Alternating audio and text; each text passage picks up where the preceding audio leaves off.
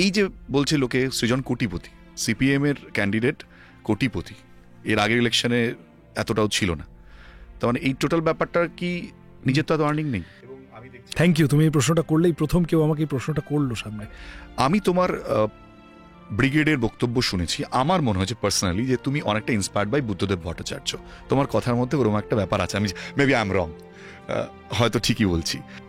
একটা টার্ম সবসময় ইউজ হয় উইচ ইজ ঐতিহাসিক ভুল। এটা তোমাদের ক্ষেত্রে তোমরা কপিরাইট নিয়ে নিয়েছো অলরেডি। মানে একটা সময় আলোচনাটা এখান থেকে শুরু হয় যে যখন সোভিয়েত ইউনিয়ন অ্যান্ড জার্মানি একসাথে ছিল তখন পর্যন্ত সুভাষচন্দ্র বোস ওয়াজ গুড, বা তার সম্পর্কে আলোচনা হলো না।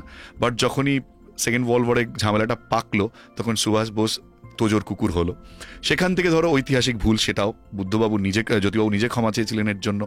পরবর্তীকালে যদি আমরা একটার পর একটা পরম্পরায় ধরে আসি, যে জ্যোতিবাবুর প্রধানমন্ত্রী না হতে পারা, বা যদি আমরা দেখি সোমনাথ বাবুর ক্ষেত্রেও সে একই ঘটনা ঘটেছে। তোজোর কুকুরটা বোধহয় পিপলস ওয়ারে লেখা হয়েছে। হ্যাঁ, তো এই ভুলগুলো বারবার রিপিট করলে মানুষের কাছে বিশ্বাসযোগ্যতা হারায় না?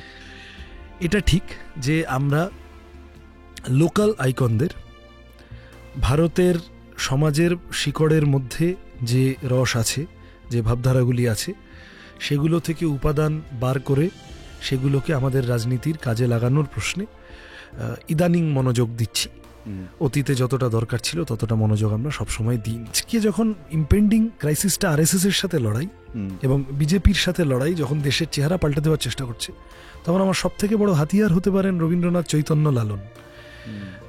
এই প্রশ্নগুলো আমরা খানিকটা ওভারলুক। তার মানে কি এটাকে ভুল থেকে শেখা? যেটা একটা ভুল, তুমি যদি বলো যে এটা ভুল থেকে শেখা, আমি মেনে নেব।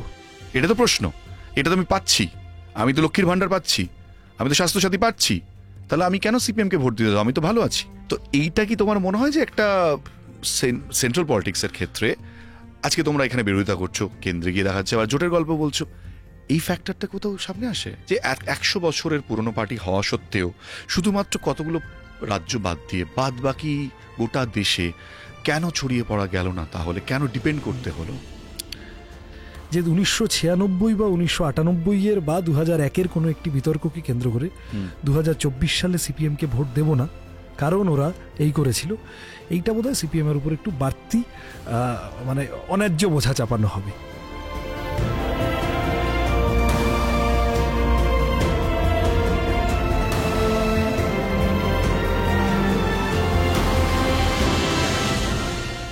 নমস্কার, আই এম বোসের আবার একটা নতুন এপিসোড আপনাদের সঙ্গে রয়েছে আমি কুনাল। আর আমার ভিডিও যারা দেখেন, আই এম বোস যারা দেখেন, তারা জানেন যে কখনো কখনো আমি এমন ভিডিও করি হয়তো আপনার ভালো লাগে, কখনো কখনো দেখা যায় যে আমি একদম আপনার বিপরীত চিন্তাভাবনার কোনো একটা ভিডিও সামনে এনেছি। আসলে আমি এমন কিছু চিন্তাভাবনা সামনে আনতে চাই যে চিন্তাভাবনাটা খুব স্বাভাবিকভাবে আমি ভেবে দেখেছি যে সব কিছু অ্যাকসেপ্টেড মানুষের কাছে নাও হতে পারে, কিন্তু সত্য কখনো আলাদাভাবে লুকিয়ে রাখা যায় না। আর আমার ভিডিওর একটা বেসিক থিওরি যেটা আমি সবসময় সামনে আনার চেষ্টা করি, যে মানুষকে কিছু সত্যি কথা বলতে বা শুনতে বাধ্য করি, যেটা পরবর্তীকালে ভাবতে মানুষ বাধ্য হয়। আই এম বোসের আজকের এপিসোডে আমার যিনি গেস্ট রয়েছেন আজকের এই পডকাস্টে, প্রথমত লোকসভা নির্বাচন চলছে সেই জন্য নয়, আমি মানুষটিকে অনেকদিন ধরে চিনি, আর রাজনীতির বাজারে এবং ভোটের ময়দানেও বিশেষ করে ভালো ছেলে বলেই যে সবচেয়ে বেশি পরিচিত, সৃজন ভট্টাচার্য। থ্যাংক ইউ সৃজন, এইরকম একটা বিজি টাইমের মধ্যে আমাকে তোমার সময়টা দেওয়ার জন্য। এক্সপেক্টেড নয় অনেকের কাছেই যে কোনো সিপিএম ক্যান্ডিডেট, বিশেষ করে যাদবপুর লোকসভার এরকম একটা হেভিওয়েট কেন্দ্রের ক্যান্ডিডেট আমাকে পডকাস্টে তার সময় দেবেন, বাট স্টিল তুমি আমাকে সময় দিয়েছো। না না, আমি তো তোমার ভিডিওস ফলো করি, কোথাও বিতর্ক করার থাকলে সেটাও করার চেষ্টা করি বা বোঝার চেষ্টা করি তোমার ভিউ পয়েন্টটা। এবং আমারও ধরুন অনেকদিন পর তোমার সাথে আমার দেখা হলো, আজকে আমাদের আড্ডা মারতে ভালোই লাগবে। তো একটা কথা বলি যে এর আগে যখন আমাদের দেখা হয়েছে সেটা টেলিভিশনের আঙিনায় দেখা হয়েছিল, but television and social media is totally different. ঠিক, আজকের এই প্ল্যাটফর্মটা অনেক বেশি মুক্ত এই কারণ তোমার বলার জায়গা, আমার বলার জায়গা রয়েছে পরিষ্কার। তো আজকের পডকাস্টে আমার পুরো স্বাধীনতা তোমার জন্য রয়েছে, তোমাকে কোথাও কাটা হবে না, ইভেন কেউ তোমাকে কেটে দেওয়া আর উত্তর দেওয়ার চেষ্টা করবে না, এবং কোনো কমার্শিয়াল ব্রেক নেই, ইভেন অ্যাটলিস্ট আমি তো নেবো না, কিন্তু বাট গুগলের নিয়ম অনুযায়ী তো কিছু থাকবে, সেটা আমাদের তো একটা বিশাল বড় জায়গা, তা না হলে চ্যানেলই চলবে না। সেটা আছে, কমার্শিয়াল ব্রেক নেই সেটা বলাটা ভুল। আমার দেখো বেসিক একটা জায়গা থেকে আমার মনে হয় যে এবার লোকসভাটা খুব ইন্টারেস্টিং, আর আমি মূলত যাদবপুরের তিনজন প্রার্থীরই কম বেশি তাদের সঙ্গে কথা বলার চেষ্টা করেছি, বিকজ যেহেতু আমি যাদবপুরে থাকি। আমার প্রথম যেটা জানার যে এবারের ভোট ময়দানের সৃজনকে নিয়ে খুব কথা হচ্ছে, বিশেষ করে যাদবপুরে। এই কথা হওয়ার পেছনে রিজনটা একটাই, যে you are a very good boy, এই ইমেজটা আমি বিলিভ করি সৃজন ক্যারি করে না, এটা খুব অটোমেটিক্যালি ওটা হয়ে এসছে, এটাই তোমার চরিত্র। বেসিক্যালি কি তুমি খুব শান্তশিষ্ট টাইপের ওই মানুষ? না, এমনি শান্তশিষ্ট চেষ্টা করি ওয়েল ম্যানার্ড থাকার হুম। যতটা পারা যায় মানুষের কাছে, কিন্তু আহ, মানে একদম কাছের মানুষরা তাদের সামনে তো সবসময় অনেক সময় আমিও মেজাজ হারাই। আচ্ছা। এবং একদম যতটা গুড বয় বলা হচ্ছে ততটা গুড বয় থাকলে তৃণমূল আমলে 7 বছর এসএফআই এর স্টেট সেক্রেটারি হয়ে অনেক রকম কাজের মধ্যে দিয়ে সবটা যেতে পারতাম না। ফলত চেষ্টা করি ঠিকই। আমার তো মানে মানুষকে অকারণে হার্ট করে, অকারণে মানুষের সাথে দুর্ব্যবহার করে এতে তো আমার খুব বাড়তি কিছু পাওয়ার নয়। বরং আমি দেখেছি জীবনে যে হেসে কথা বললে অনেক বেশি নিজের কথাটা অ্যাকসেপ্ট করানো যায়, যদি কথায় ম্যাটার থাকে এবং দৃঢ়তা থাকে। সবসময় চিৎকার করতে হয় না। কিন্তু যতটা গুড বয় ভাবছেন অনেকে, ততটা গুড বয় আমি নই, ততটা গুড বয় হয়ে থাকিনি। এবং আমার ধারণা ভোটের দিনও জীবনে তুমি স্নান করার পর টাওয়ালটা খাটের উপর ফেলে রেখে গ্রাহকের আমি একদমই পাবলিক লাইফেও আমি বলছি যে পুলিশ বা তৃণমূল ইত্যাদির সামনে যখন ব্যাড বয় হওয়ার প্রয়োজন হয়েছি, ভবিষ্যতেও হব। সেটাই কি স্বাভাবিক নয় কি? মানে আজকে কেন এই প্রশ্নটা উঠছে, আমরা দেখতে পাচ্ছি যে এখন কথার বন্যা ছুটছে, এবং ভাষার বিশেষ করে এমন কিছু ভাষা যেটা রাজনীতিতে কখনো আমরা ভাবতেই পারতাম না। রাজনৈতিকভাবে যে কেউ যাকে সাপোর্ট করতে পারে, এটা তার চয়েস থাকতে পারে, কিন্তু যে কালচারটাকে আমরা সামনে দেখতে পাচ্ছি সেটা মনে হয় সমস্ত রাজনৈতিক দলেরই কম বেশি আছে। সেখানে সৃজন ভট্টাচার্য ভালো ছেলে, এইটা বারবার আসছে। এটার পিছনে রিজন মনে হয় এটাই যে তুমি একটু ভাষাটাকে ভেবে ব্যবহার করো, তাই কি? হ্যাঁ, চেষ্টা করি, খানিকটা চেষ্টা করি। আচ্ছা, আমি একটুখানি ব্যক্তিগতভাবে আসি। অনেক ইন্টারভিউ তুমি অনেক জায়গায় বলেছো, তুমি তোমার সম্পর্কে একটুখানি বলো। মানে তুমি মানে এসএফআই এ কবে, কতদিন হলো তোমার, মানে এই রাজনীতিতে কত বছর হলো?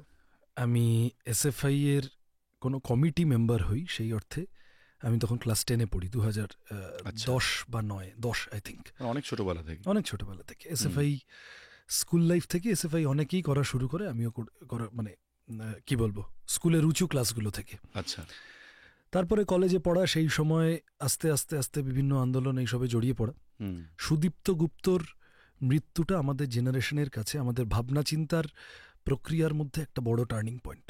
আচ্ছা। এই যে একই মিছিলে ছিলাম, একই সাথে ছিলাম, এবং সুদীপ্তদার সাথে আরো অনেকের মতো আমারও খুব সুসম্পর্ক ছিল। তোমার মনে আছে নিশ্চয় ঘটনাটা। ফলত ওই যে একটা হঠাৎ করে আমাদেরই একজন ওইভাবে চলে গেল, এটা আমাদের কাছে একটা তো শখ হিসেবে এসেছিল, আর দ্বিতীয়ত শুধু শখ মানে সেই শখ থেকে পিছিয়ে যাওয়া নয়, সেই শখটা জেদে রূপান্তরিত হয়ে যাওয়ার জায়গায় চলে গিয়েছিল আমাদের অনেকের কাছে। এমনিতে দেখো, আমরা যখন পলিটিক্স করতে এসেছি তখন সেই অর্থে সিপিআইএম একা বলে নয়, মানে লেফট অ্যাজ অ্যান আইডিওলজিক্যাল কি বলবো স্ট্রাকচার পশ্চিমবঙ্গে বিপদে, তাই তো? একটা অতদিন সরকার চালিয়ে তারপর সেই সরকারটা আস্তে আস্তে চলে গেল, তারপরে এক ধরনের আক্রমণ, এবং সেই আক্রমণটা সবটা শারীরিক না, বৌদ্ধিক আক্রমণও অনেক প্রশ্নে হয়। তো ফলত সেই গোটা পরিস্থিতিটা আমার, এবং আমার ধারণা তুমি যদি আরও অনেককে, আমাদের বন্ধু বান্ধব জিজ্ঞাসা করো, যাদেরও কেউ কেউ এখন ভোটে দাঁড়িয়েছে এবারও, আমাদের অনেকেরই ওইটা মনে হয়েছিল যে টাইম অফ ক্রাইসিস, এটা আমার পার্টি, আমার বড় হয়ে ওঠার সাথে জড়িত সমস্ত কিছু এখন রক্ষা করতে আমাদের নামতে হবে।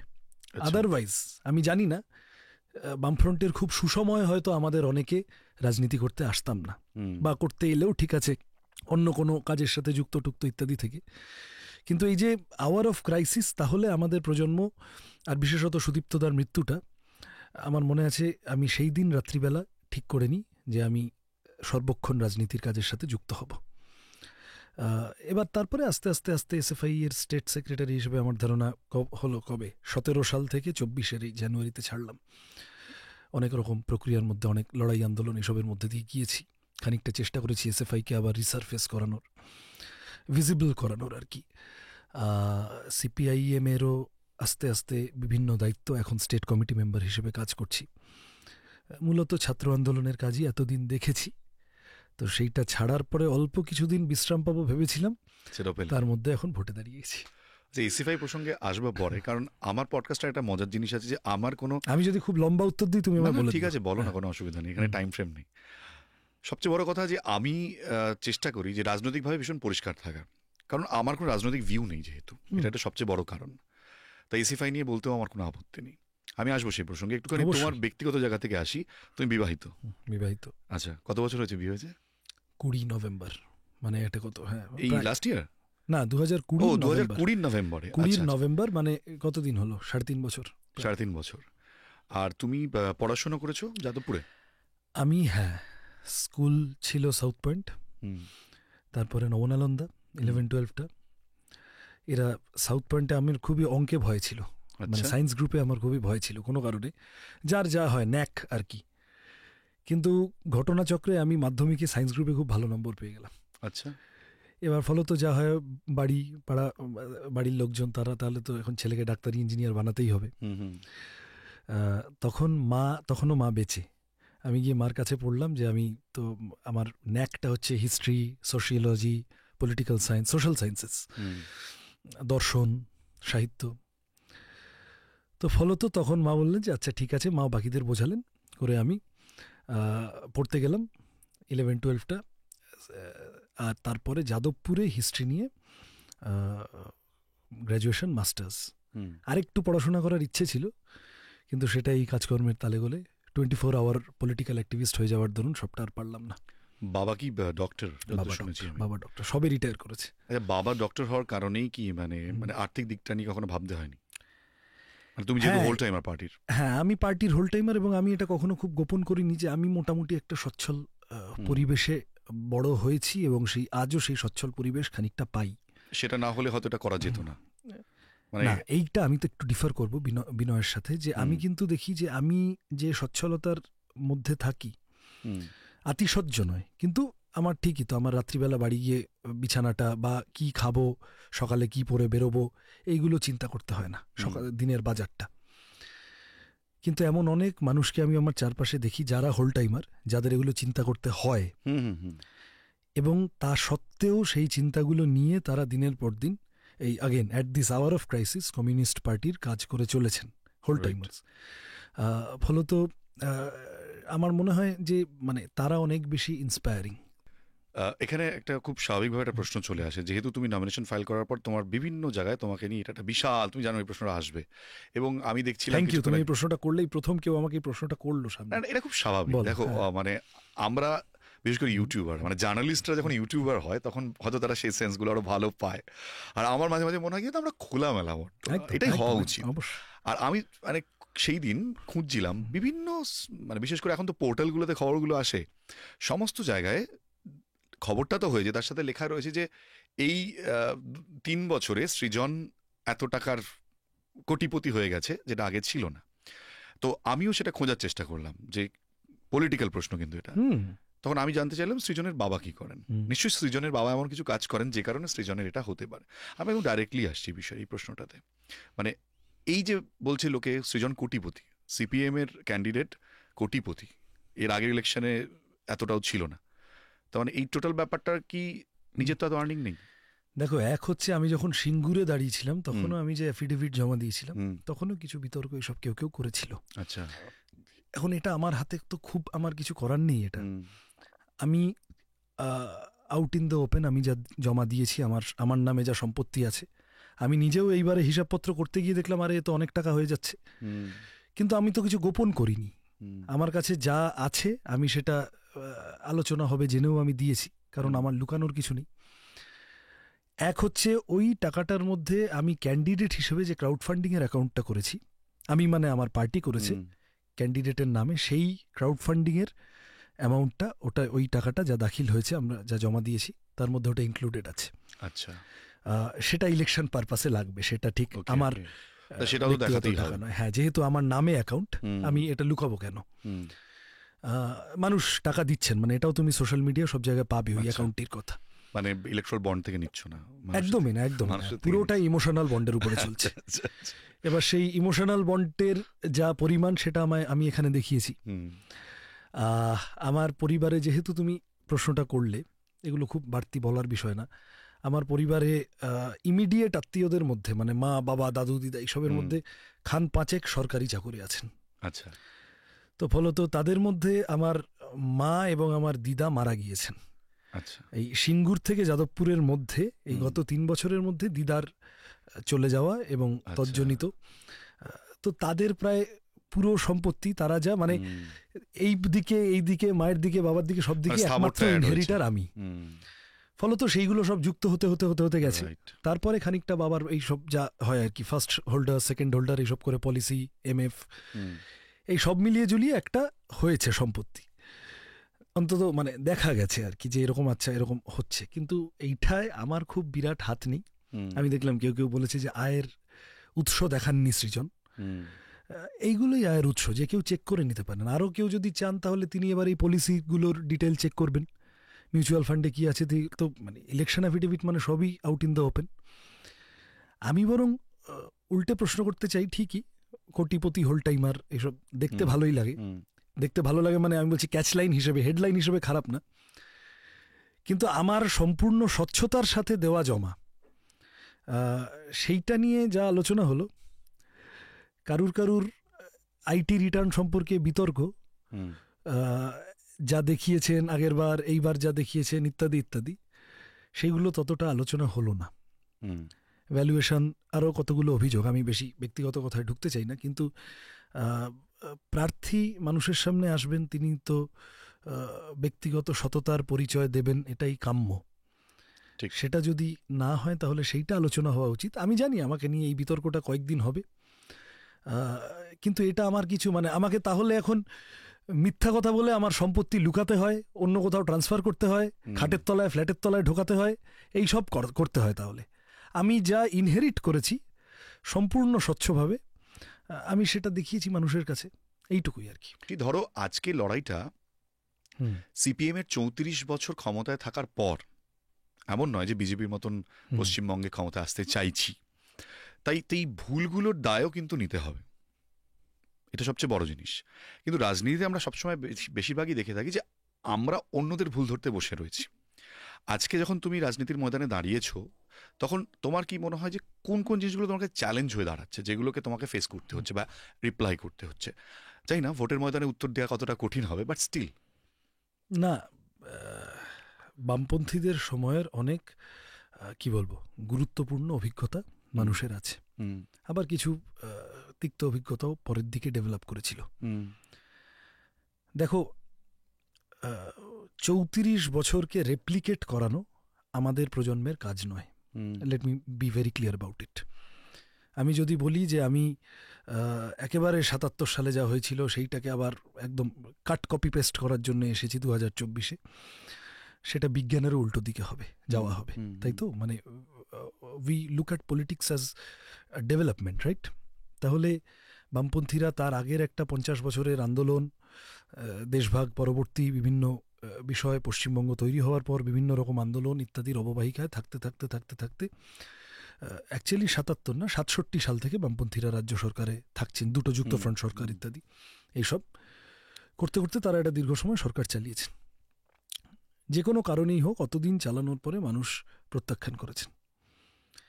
আমরা তারপরে 7-8 বছর একটা কি বলবো, সব মিলিয়ে ওই যে অতদিন চালানোর পরে আমরা প্রত্যাখ্যান হওয়ার পরে আমরা খানিকটা স্তিমিত হয়েছিলাম। এখন আমরা একটা রিভাইভাল ফেজের মধ্যে দিয়ে আছি। If I look at it as a development, তাহলে এখন আমরা একটা, আমি দেখছিলাম সেলিমদা কোথাও এটা বলেছেন যে রেজারেকশন ইজ আওয়ার কিওয়ার্ড নাও। তাহলে রিভাইভাল ফেজে যখন আছি, রেজারেকশনের কথা যখন বলছি, তখন আগের ভুলগুলো থেকে শিক্ষা নেব না, সেটা কোনোভাবেই কোথাও নয়। যে আমাদের প্রজন্মটাকে পার্টি খানিকটা এগিয়ে দিয়েছে, এন্ডোর্স করেছে। আমরা তো একটা মেজর অংশ, আমরা তো সেই অর্থে সরকারে থাকার সময় যা পার্টি করেছি তার থেকে অনেক বেশি পার্টি করেছি বিরোধী 2011-র পরে, তাই তো? শেষ সময় এসে এবং মানে আফটারওয়ার্ডস। তো আমাদের উপলব্ধির মধ্যে আছে যে কোন বিষয়গুলিতে মানুষের শেষের দিকে তিক্ত অভিজ্ঞতা হয়ে গিয়েছিল, এবং এটা আমি এখানে খুব গোপন কথা বলছি না। বুদ্ধদেব ভট্টাচার্য, বিমান বসুরা এই কথা বারবার পাবলিকলি বলেছেন। মানুষের থেকে বিচ্ছিন্নতা হয়ে যাওয়া, কোথাও কোথাও একটু মাতব্বরি হয়ে যাওয়া ইত্যাদি ইত্যাদি। সেটা হয়তো কোথাও কোনো কলেজে এসএফআই এর দ্বারাও হয়ে থাকতে পারে। আমাদের কাজ হচ্ছে এগুলোকে রিপিট না করানো। সেটা আমরা কনফিডেন্ট যে আমাদের এই যে সিপিআইএম তুমি দেখছো, আমাদের তো কোনো খুব নবীন প্রবীণের দ্বন্দ্ব নেই বাজারে, না। এরকম কোনো খবর নেই। Perfect blend of agility of the youth and wisdom of the experienced. এখন আমরা যেভাবে আছি চলছি,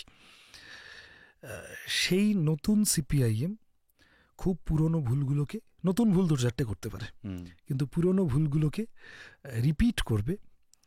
অর্থাৎ ২৬ সালে ধরা যাক সিপিআইএম এর যদি পশ্চিমবঙ্গে সরকার হয়, ২৭, ২৮, ২৯ সালে পশ্চিমবঙ্গের মানুষ ওই পুরনো ভুলগুলোকে আবার রিপিটেড হতে দেখবেন, তার সম্ভাবনা কম।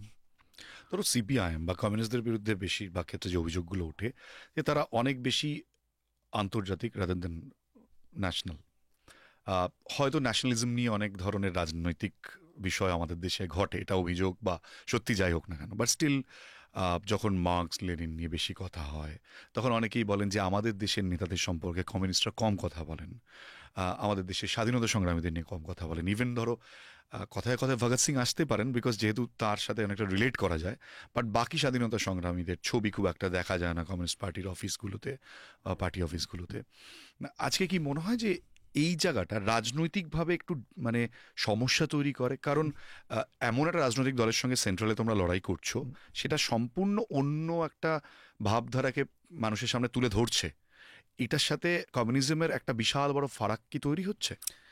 এটা আমাদের শুনতে হয়, কিন্তু দেখো আমি বলছি যে এখন আমি যদি বিদেশের লোক বর্জনীয় এইটা যদি আমাকে ধরতে হয়, তাহলে টেলিফোন ব্যবহার করাটা বন্ধ করে দিতে হবে, কারণ ওটা গ্রাহাম বেল বা টমাস আলভা এডিসন যা আবিষ্কার করেছেন সেটা বন্ধ করে দিতে হবে। না, যেখানে প্রশ্নটা নীতি আদর্শের, আমি নীতি আদর্শের প্রশ্নেই বলছি। দেখো মার্ক্সবাদ, কার্ল মার্কস, ফ্রেডরিক এঙ্গেলস, এনারা তো ইউরোপের জন্য কিছু লিখে যাননি। এনারা যা লিখে গেছেন কতগুলো সাধারণ কথা, গোটা পৃথিবী জুড়ে এই সাধারণ কথাগুলিকে অবলম্বন করে নিজের নিজের দেশে তুমি তোমার পরিস্থিতি অনুযায়ী অ্যাপ্লাই করো। কমিউনিজম একেবারেই ফলিত প্রয়োগের জায়গা আর কি, মানে ঠিকই থিওরিটিক্যাল একটা ফাউন্ডেশন তো আছে বটেই, কিন্তু সেটা ঠিক বইটা পড়ে লাইব্রেরিতে বন্ধ করে রেখে দিলাম তার ব্যাপার না। তাহলে আমি খুব ভালো পাঠক হতে পারি, ভালো কমিউনিস্ট হই না। তাহলে আমাকে আমার দেশের মাটিতে দেশের বাস্তবতা অনুযায়ী অ্যাপ্লাই করতে হবে। এইটা করতে গিয়ে এরকম অনেকে মনে হয়েছে অতীতে যে এরা আরেকটু, এবং আমি মানে কেউ যদি বলে নাই, আমি সেটা সেই ক্রিটিসিজম গ্রহণও করতে পারি। শেখার কোনো শেষ নেই, চেষ্টার কোনো শেষ নেই। এখানে একটা পয়েন্ট অ্যাড করতে যাই, কারণ ধরো আমাদের রাজনৈতিক বর্তমানে বিশেষ করে পশ্চিমবঙ্গে একটা জায়গা তৈরি হয়েছে যে সমালোচনার কোনো জায়গা নেই, মানে সমালোচনা শব্দটাই অ্যাকচুয়ালি ঠিকঠাক ব্যবহার হয় না। মানে আমার তো জায়গা থাকতে পারে, ইভেন ধরো কেউ তোমার দলের সমর্থকও ক্রিটিসিজম করতে পারে অবশ্যই। যেহেতু ধরো আমি মাঝখানে একটা ভিডিও করেছিলাম, কিছুক্ষণ আগে আলোচনা হচ্ছিল, সেখানে একটা জায়গায় আমি পরিষ্কার দেখছি যখন এমএন রয় লেনিনের সঙ্গে মিট করছেন তখন তিনি লেনিন বলছেন যে এই মুহূর্তে স্বাধীনতার লড়াইটা অনেক বড়, যে ধারণাটা তুমি নিয়ে যেতে চাইছো তোমার দেশে, তার থেকে আগে স্বাধীনতার সংগ্রামটা বড়, আগে তো দেশকে স্বাধীন করো।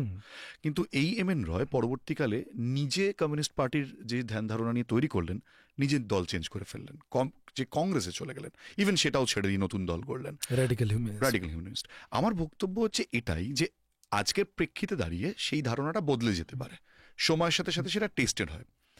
আমি তোমার ব্রিগেডের বক্তব্য শুনেছি, আমার মনে হয়েছে পার্সোনালি যে তুমি অনেকটা inspired by Buddhadeb Bhattacharya.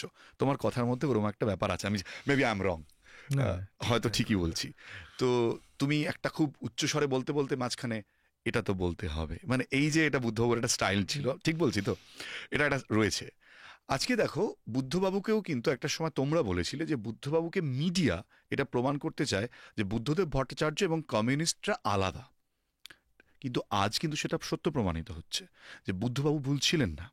Even Somnath চ্যাটার্জির ব্যাপারেও তোমরা কিন্তু আজকে সেটা মানছো।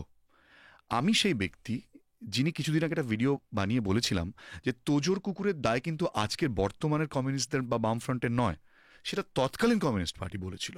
সো সৃজন, আমার প্রশ্ন এটাই যে প্রেক্ষিত বদলালে আজকে তোমরা স্টাইল অফ ফাংশনিং পাল্টাবে কি? সবচেয়ে বড় উদাহরণ যদি দিই, আমি অনেকটা বলে ফেললাম, না বলো না। আজকের ডেটে দাঁড়িয়ে 1970s যে সকল পরিবারের থেকে শহীদ হয়েছেন, কমিউনিস্ট হোক বা কংগ্রেস, তারা কিন্তু মেনে নিতে পারবেন না আজকের জোটটা। বাট বর্তমান পরিস্থিতি দাঁড়িয়ে এটা কিন্তু হচ্ছে, তখনকার দিনে এটা ভাবাই যেত না।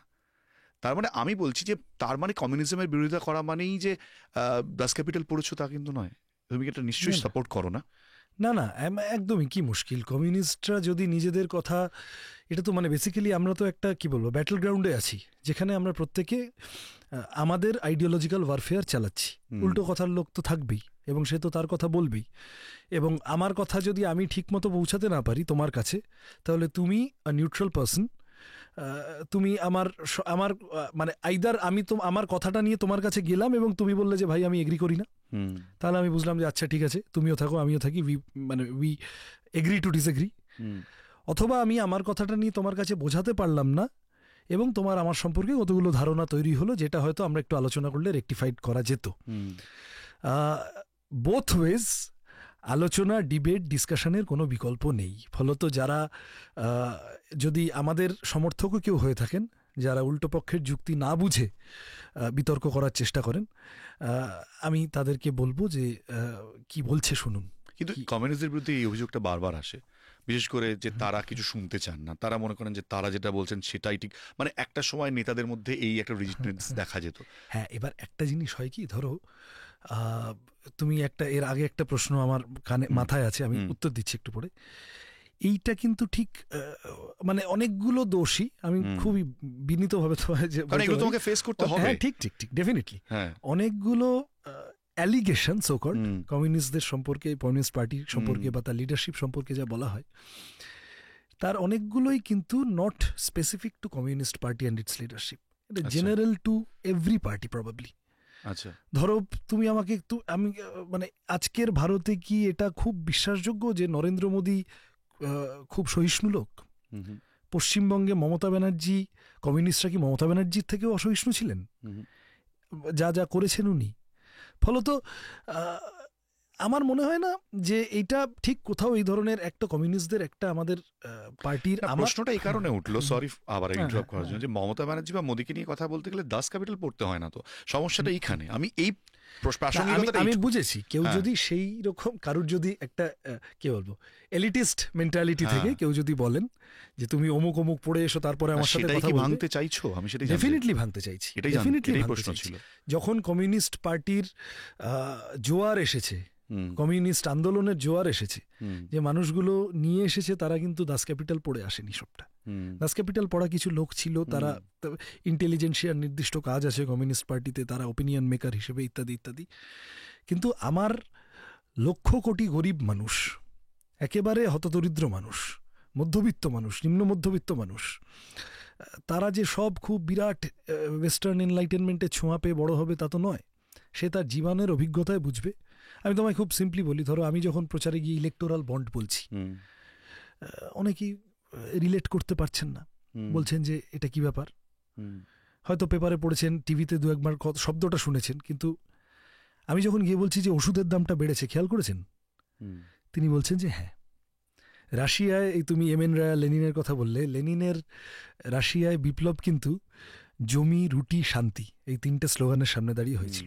So it is our task যে আমরা গুরুত্বপূর্ণ কথা, কন্টেন্টটা ডাইলিউট না করে কত সহজ ভাষায় মানুষের কাছে নিয়ে যেতে পারি, যেটা কমিউনিস্ট পার্টির ফোর্টে ছিল। কোথাও এই ধরনের কোনো তো মানে বিক্ষিপ্ত অভিজ্ঞতা থাকতে পারে, এরকম তো কোথাও এই ধরনের নিদর্শন থেকেইছে যে তুমি তো অমুক পড়নি, তাহলে তুমি তর্ক করতে এসো না, এইসব থেকেছে।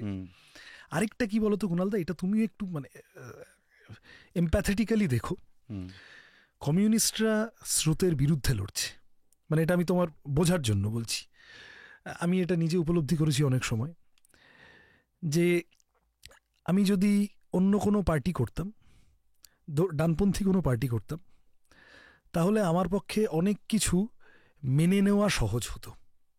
আমি মানে ব্যক্তি, আমি না, আমাদের যে কারোর পক্ষেই অনেক ডিভিয়েশন মেনে নেওয়া সম্ভব হতো। কিন্তু তা সত্ত্বেও তো সৃজন, এটা মানতে হবে, পশ্চিমবঙ্গের মানুষ 34টা বছর রাজ্যে ক্ষমতায় রেখেছে। এটা তো একটা সময় রেকর্ড ছিল, তো স্বাভাবিক। হ্যাঁ, মানে সেটাকে তো অস্বীকার করার জায়গা নেই। এবং চিফ মিনিস্টার রেকর্ডটা তো ভেঙে গেছে, কিন্তু মানে এত বছর শাসন, এটা তো সম্ভব কোথাও হয়নি। কিন্তু সৃজন, প্রশ্নগুলো যেহেতু ইতিহাস থেকে বারবার ঘুরে আসে, এখন দেখবি ইতিহাসের প্রশ্নে বারবার তোমাকে ফেস করতে, হয়তো সাধারণ লোক না জিজ্ঞেস করতে পারে, but intellectual social media people তারা কিন্তু এটা মোস্ট debate করে। ওয়েলকাম, তোমার যা ইচ্ছে কারণ সোশ্যাল মিডিয়াতে বলা হয় যে বামেরা সবচেয়ে বেশি থাকি, মানে বেশিরভাগ ক্ষেত্রে সিপিএম। যেমন ধরো একটা টার্ম সবসময় ইউজ হয়, উইচ ইজ ঐতিহাসিক ভুল। এটা তোমাদের ক্ষেত্রে তোমরা কপিরাইট নিয়ে নিয়েছো অলরেডি। মানে একটা সময় আলোচনাটা এখান থেকে শুরু হয় যে যখন সোভিয়েত ইউনিয়ন অ্যান্ড জার্মানি একসাথে ছিল তখন পর্যন্ত সুভাষচন্দ্র বোস ওয়াজ গুড, বা তার সম্পর্কে আলোচনা হলো না। বাট যখনই সেকেন্ড ওয়ার্ল্ড ওয়ারে ঝামেলাটা পাকলো তখন সুভাষ বোস তোজোর কুকুর হলো। সেখান থেকে ধরো ঐতিহাসিক ভুল, সেটাও বুদ্ধবাবু নিজে, জ্যোতিবাবু নিজে ক্ষমা চেয়েছিলেন এর জন্য। পরবর্তীকালে যদি আমরা একটার পর একটা পরম্পরায় ধরে আসি, যে জ্যোতিবাবুর প্রধানমন্ত্রী না হতে পারা, বা যদি আমরা দেখি সোমনাথ বাবুর ক্ষেত্রেও সে একই ঘটনা ঘটেছে। তোজোর কুকুরটা বোধহয় পিপলস ওয়ারে লেখা হয়েছে, হ্যাঁ করা হয়েছিল। তো পরবর্তীকালে যদি আমরা দেখি একটা বড় মেজর জায়গা যেটা তৈরি হয়েছিল UPA 1, আই থিঙ্ক, যখন সমর্থন প্রত্যাহার করে বেরিয়ে আসা, বহু মানুষ বলেছে যে এটাও লোকসভা, সেটাও একটা লোকসভা ছিল, যে এত সিট পাওয়ার পর যেখানে মানুষের দাবি দেওয়ার জায়গা পূরণ করার ছিল, কিন্তু তৎকালীন কমিউনিস্ট বা বামেদের বক্তব্য ছিল যে আমরা বাইরে থেকে সমর্থন দেব। কিন্তু যখন নিউক্লিয়ার ডিল নিয়ে গল্পটা হলো তখন কিন্তু মানুষের রায় নেওয়া হলো না যে আমরা সমর্থন প্রত্যাহার করবো কি করবো না। মানুষ সেখানে কিন্তু তারপর থেকে একটা সিংহনন্দীগ্রাম তার পরপরই হয়েছিল, ঘুরে দাঁড়ানোর জায়গা তৈরি হলো, যে যদি কমিউনিস্ট পার্টি বা বামেরা এটা ডিসাইড করে আমাদের রায় কেন্দ্রে যাবে, কিন্তু ওখান থেকে প্রত্যাহার করবে সেটা ওরা ডিসাইড করবে। জনগণ তখন পশ্চিমবঙ্গের জানে না যে হোয়াট ইজ নিউক্লিয়ার ডিল, ওটা খায় না, মাথায় দেয়। UPA 1 কিন্তু এটা কার্যকর করে দিয়েছিল। তাহলে ইস্যু ভিত্তিকভাবে আজকে মনে হতে পারে যে এটাও কোথাওটা ভুল হয়েছিল আমাদের। তো এই ভুলগুলো বারবার রিপিট করলে মানুষের কাছে বিশ্বাসযোগ্যতা হারায় না? দেখো, এইটার কি করে বোঝাবো তোমার, মানে কি বলবো, আমরা তো একটা আনট্রডেন পথে হাঁটছি। ফলত প্রতিটি পরিস্থিতি নতুন পরিস্থিতি। তুমি যখন পশ্চিমবঙ্গে বড় হচ্ছ তুমি জানতে যে পশ্চিমবঙ্গে এইভাবে রামনবমী পালিত হবে। নতুন পরিস্থিতি, আমি ছোট বড় করে বলছি না, আমি নতুন পরিস্থিতিটা জাস্ট বললাম। তুমি কোনোদিন যে বড় হচ্ছে জানতে সিপিএম সম্পর্কে হাজার ক্রিটিসিজম থাকতে পারে, কিন্তু শিক্ষামন্ত্রী খোদ জেলে চলে যাবেন ফ্ল্যাটে এত এত কোটি টাকা নিয়ে। তার মানে নতুন নতুন পরিস্থিতির রোজ উদ্ভব হয়, এবং সেই অনুযায়ী অ্যাকর্ডিংলি যে কোনো পার্টিকে, আমার পার্টি বলে না, মানে নিজের প্ল্যান অফ অ্যাকশন তৈরি করতে হয়। তুমি যদি ক্লিক করাতে পারলে তুমি চ্যাম্পিয়ন, আর তুমি যদি চালে ভুল করে ফেলো তাহলে তোমার গোলমাল। আমি এইটুকু বলতে পারি যে এই বিতর্কগুলো চলবে, অতীতের বিতর্কগুলো। জ্যোতি বসুর কথাটা তুমি বললে, জ্যোতি বসুর প্রধানমন্ত্রিত্ব সেই সময় না গ্রহণ করা, পরে আমাদের পার্টি আমরা খাতায় কলমে লিখে ওটা করে নিয়েছি যে ভবিষ্যতে যদি কোনোদিন আমাদের এই ধরনের সুযোগ থাকে তাহলে we will go for government. প্রশ্নটা হচ্ছে যে আগেন কমিউনিস্ট পার্টি, তো সে তো স্রোতের উল্টো দিকে চলছে, এবং সে বেসিক্যালি সেট আপটাকে পাল্টাতে চায়, সেই সেট আপটার মধ্যে অ্যাডজাস্ট করে ফেলতে চায় না।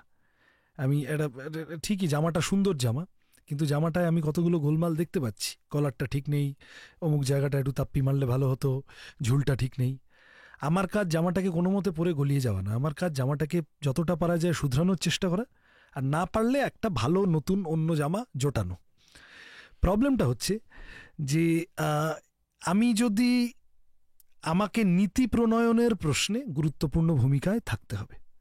আমি একজন দুজন তিনজন হয়ে, এইবারের ভোটে আমাকেও তো তুমি যে প্রশ্নটা করলে মানুষ জিজ্ঞাসা করছেন, আমি কি বলছি, বিজেপি ইন অল প্রবাবিলিটি থাকবে না। আমরা সবাই তাই চাইব, কি হবে তো জনতা বলবেন, কিন্তু প্রাইমারিলি 3-4 ফেজের পরে যা বোঝা যাচ্ছে যে বিজেপি ইজ রিডিউসিং। আর 400-500 বলছে না, কিন্তু এবার সোজা হিন্দু মুসলমানে চলে গেছে, মানে বিপদে পড়েছে। তাহলে বিজেপি না থাকলে দিল্লিতে একটা বিকল্প সরকার তৈরি হবে। আমি এটা খুব ফার্মলি বলছি, এবং আমাদের পার্টির নেতৃত্বও বলছেন যে left will play an important role in policy formulation of that বিকল্প সরকার। তৃণমূল কি করবে কেউ জানে না, ভাইপোকে বাঁচানোর জন্য বিজেপির সাথে সেটিং করে নিতে পারে, তার অনেকগুলো সিমটম আশপাশে দেখা গিয়েছে। কিন্তু আমরা স্ট্রিক্টলি বিকল্প নীতির ভিত্তিতে বিকল্প সরকার। নতুন সরকারটাও এসে যদি একই দাঙ্গাবাজি করে, একই পেট্রোল ডিজেলের রান্নার গ্যাসের দাম বাড়ায়, তাহলে খুব মানে থাকবে না, বিজেপির সাথে ফারাক থাকবে না। আমি যে পয়েন্টটা বলতে চাইছি যে আমাকে শুধু, মানে ঠিকই আমার এমপি সংখ্যা বাড়ানো ইত্যাদি ইত্যাদি তো গুরুত্বপূর্ণ বটে, দিল্লিতে কোন সরকারটায় আমরা যাব কোন সরকারটায় আমরা যাব না, এটা ডিপেন্ড করে সেই সরকারটাকে আমরা কতটা ইনফ্লুয়েন্স করতে পারবো আমাদের নীতির প্রশ্নে। আমি যাদবপুরের মানুষের কাছে এইটাই আবেদন করছি যে আমাকে জেতান, আমাদের জেতান, সুজনদাকে জেতান, দীপশিতাকে জেতান, প্রতিকুরকে জেতান, সেলিমদাকে জেতান, আরও যারা যারা আছেন আর কি সব। তাহলে যেটা হবে যে আমাদের সংখ্যা বেশি হলে আমরা দিল্লির সরকারটার, আমি টার্ম ডিক্টেট শব্দটা ব্যবহার করব না, বেশি কড়া শব্দ হয়তো, কিন্তু পলিসির প্রশ্নে ইনফ্লুয়েন্স করতে পারি। এই প্রশ্নে কিছু দোদুল্যমানতা অতীতে কাজ করেছে বলে জ্যোতিবাবুর প্রধানমন্ত্রিত্ব, বা তুমি ওই যে ইউপি এর উদাহরণটা দিলে, আমার ধারণা আমাদের পার্টির মধ্যেও এই নিয়ে ডিবেট, ধোঁয়াশা, মানে এগুলো অনেক কমে এসেছে এবং আমরা মোটামুটি ইউনিফাইড এই প্রশ্নে। দেখো, তোমাদের তো ডিপেন্ড করতে হচ্ছে এতগুলো বছর ধরে, বাট ইতিহাস বলে যে 100 বছর পুরনো একটা পার্টি, এই দেশের সবচেয়ে প্রাচীন পার্টিগুলোর মধ্যে ঠিক কমিউনিস্টরা, অনেকে হয়তো জানেন। আমি যদি কংগ্রেসকে ধরি, তার পরবর্তীকালে হয়তো রেজিমেন্টেড ওয়েতে কমিউনিস্টরা এসেছিল। মুসলিম লীগ 1906, কিন্তু আজকের ডেটে দাঁড়িয়ে যারা রয়েছে তারা অবসলিউট হয়ে নতুন ভাবনাধারায় চলে গেছে। হিন্দু মহাসভা পরবর্তীকালে আজকে বিজেপিতে পরিণত হয়ে গেছে, মানে বিজেপিতে না, সরি। এখন তুমি জানো কি না জানি না, হিন্দু মহাসভার একজন ক্যান্ডিডেট আছেন যাদবপুরে। আচ্ছা, মানে আমিও ওই কোনো একটা ফর্মে আছেন আর কি তারা। তোমার ইন্টারভিউটার আগেই আমার ডক্টর গাঙ্গুলির সাথে ইন্টারভিউটা নিয়েছিলাম, তো ওনাকে একটা কথা বলছিলাম যে দেখুন, বিজেপি টার্মটা তো শ্যামাপ্রসাদ মুখার্জি নিজেই শুনে যায়নি। তো যাই হোক, মানে লেগাসি নিয়ে আমি কথা বলছি না, বাট এটা ইতিহাস, পুরনো পার্টি আছে, ইতিহাস, এগুলো ইতিহাস। কিন্তু ধরো আমি এই ফেজের লাস্ট কোয়েশ্চেন, আমার এই যে ফেজটা আমরা চলছি তার লাস্ট কোয়েশ্চেন হচ্ছে আমার এটাই, যে 100 বছরের পুরনো পার্টি হওয়া সত্ত্বেও শুধুমাত্র কতগুলো রাজ্য বাদ দিয়ে বাদ বাকি গোটা দেশে কেন ছড়িয়ে পড়া গেল না? তাহলে কেন ডিপেন্ড করতে হলো?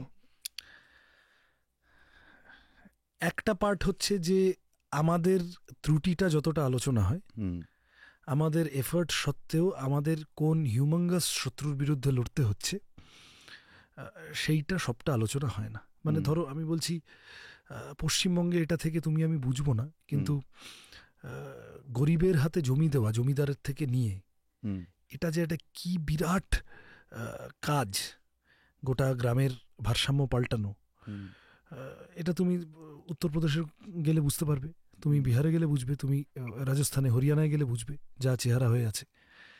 এখন কথা হচ্ছে যে এইটা একটা পার্ট, মানে এইটাও কুণালদা, আমি এই কারণেই তোমাকে এটা বলার সাহস করলাম আর কি, যে আমাদের ব্যর্থতাগুলো খানিকটা আলোচিত হয়, হয়তো বারংবার আলোচিত হয়, কিন্তু আমাদের যে বিপুল শক্তির বিরুদ্ধে লড়তে হয়, money, muscle, to some extent a part of the media, not everyone but a part,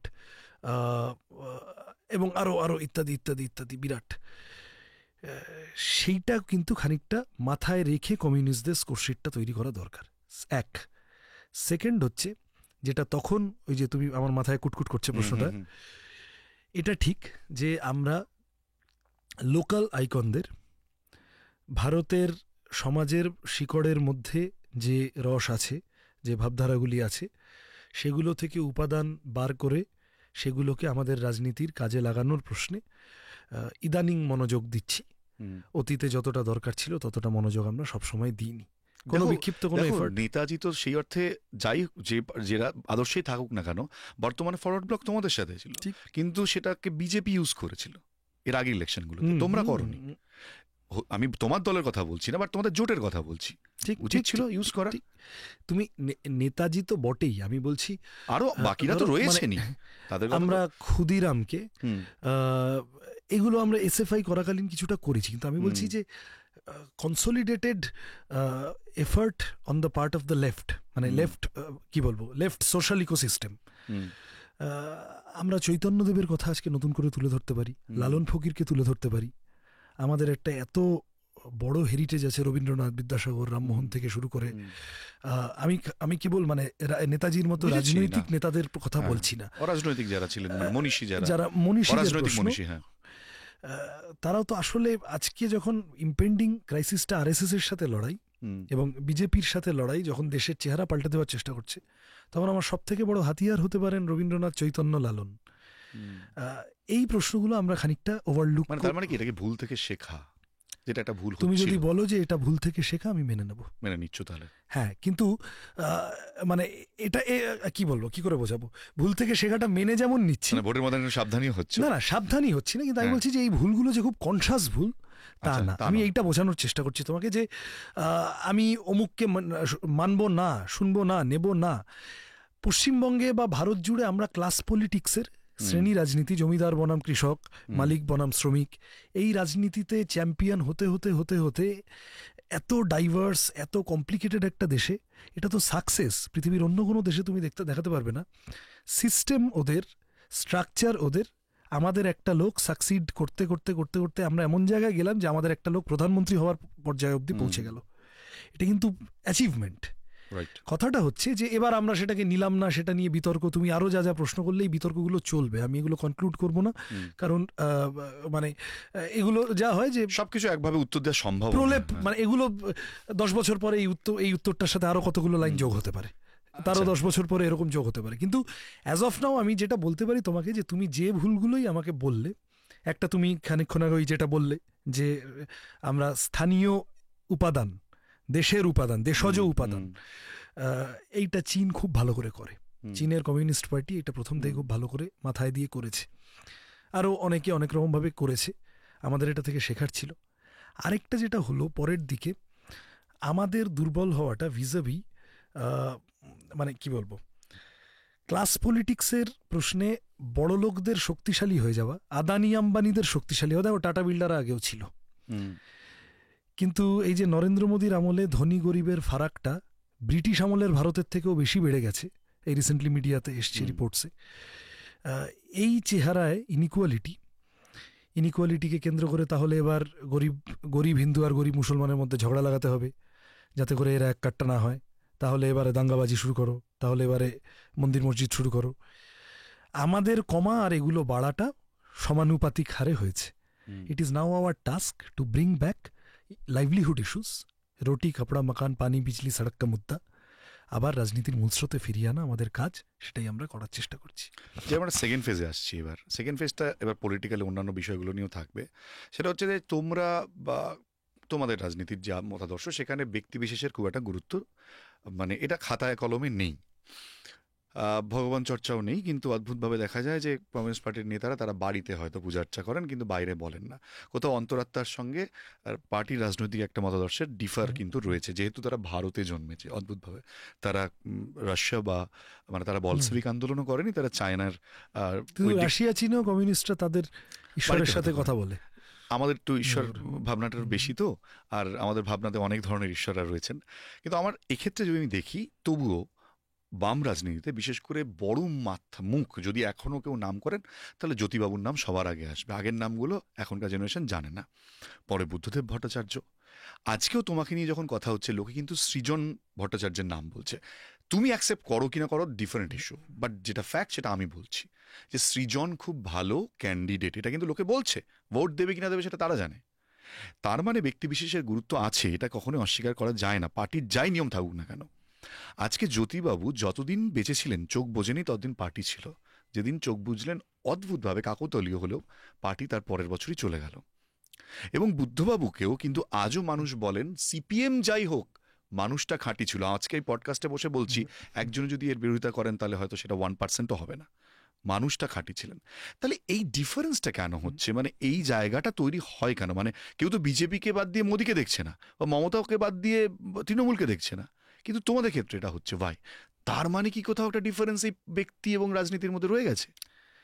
না, আগেন এটার মমতা বা মোদিরা স্রোতের পক্ষে চলেন, তাদেরকে খুব নতুন কথা বলতে হয় না। মানে ইন দ্য সেন্স,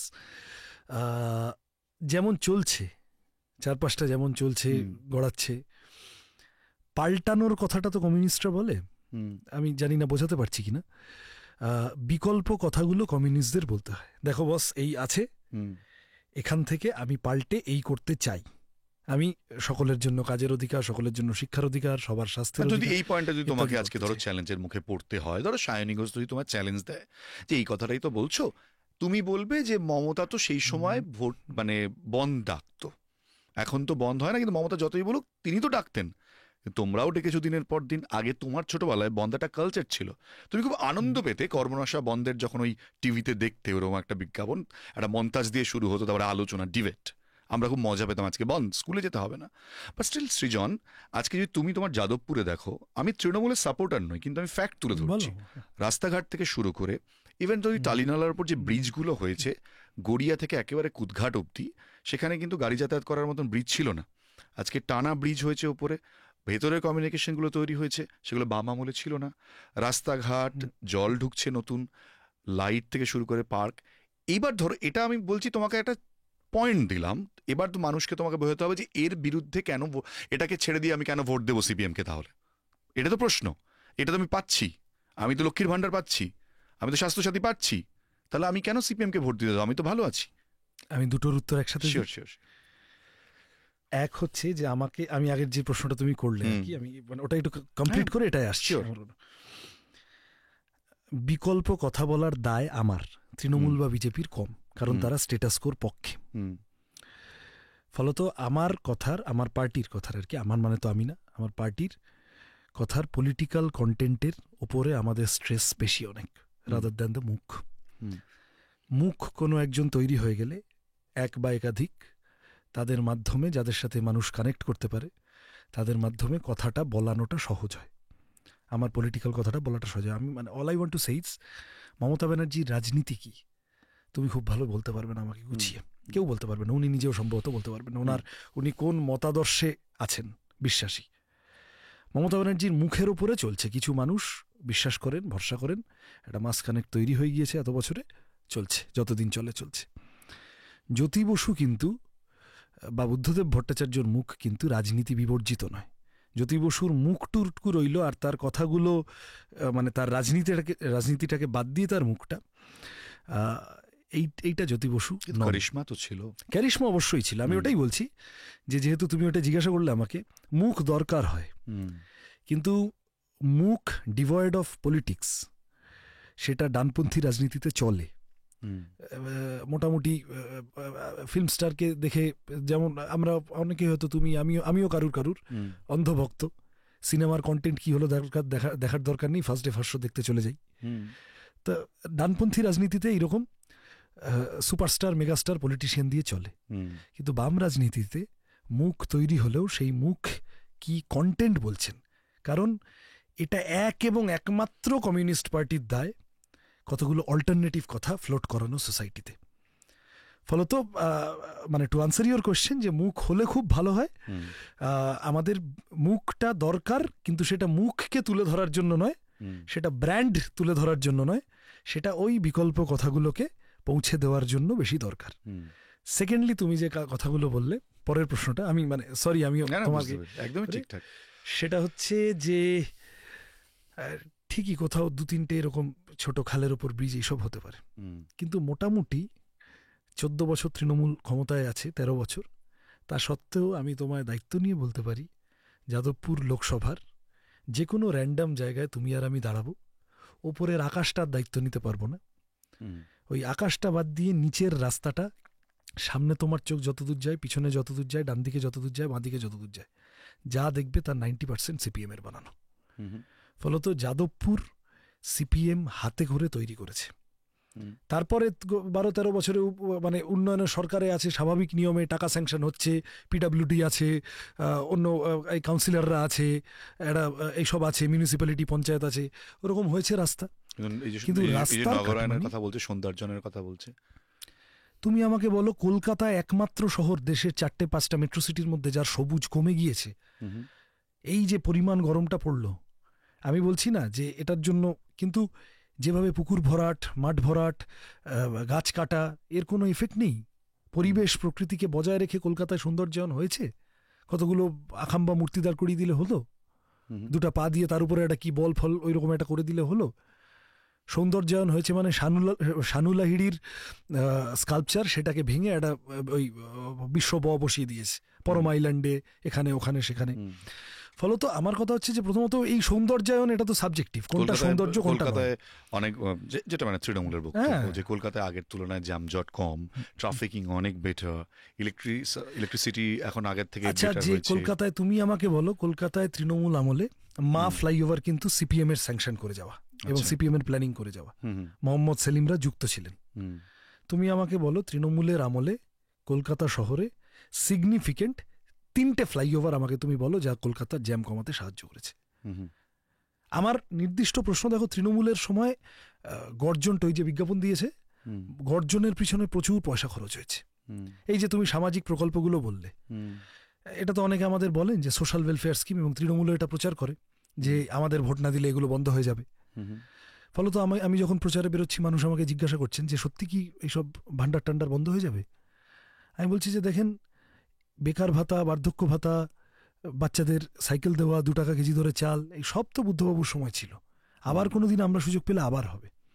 এবং আমরা সুযোগ পেলে, এই আমাদের দলে যেহেতু পার্থ মানিক, অনুব্রত, জ্যোতিপ্রিয়রা নেই, ফলত পাবলিকের টাকা পুরোটা পাবলিকের কাজে লাগবে, কাটমানি কেউ খেয়ে নেবে না।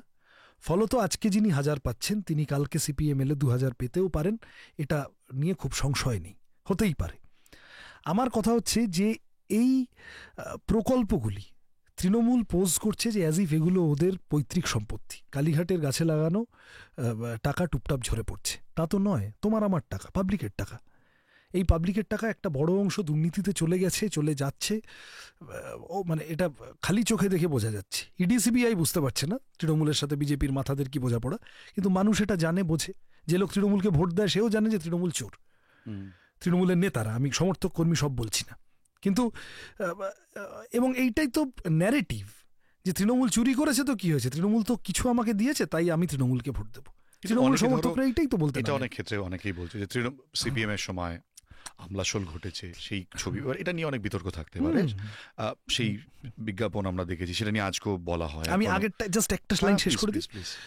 আমার খুব নির্দিষ্ট কথা যে তৃণমূলের আমলে উন্নয়ন বলে যেগুলোকে চালানোর চেষ্টা হচ্ছে, ঠিক কিছু সরকারে অতদিন থাকলে কিছু জিনিস করতে হয়, করেছে।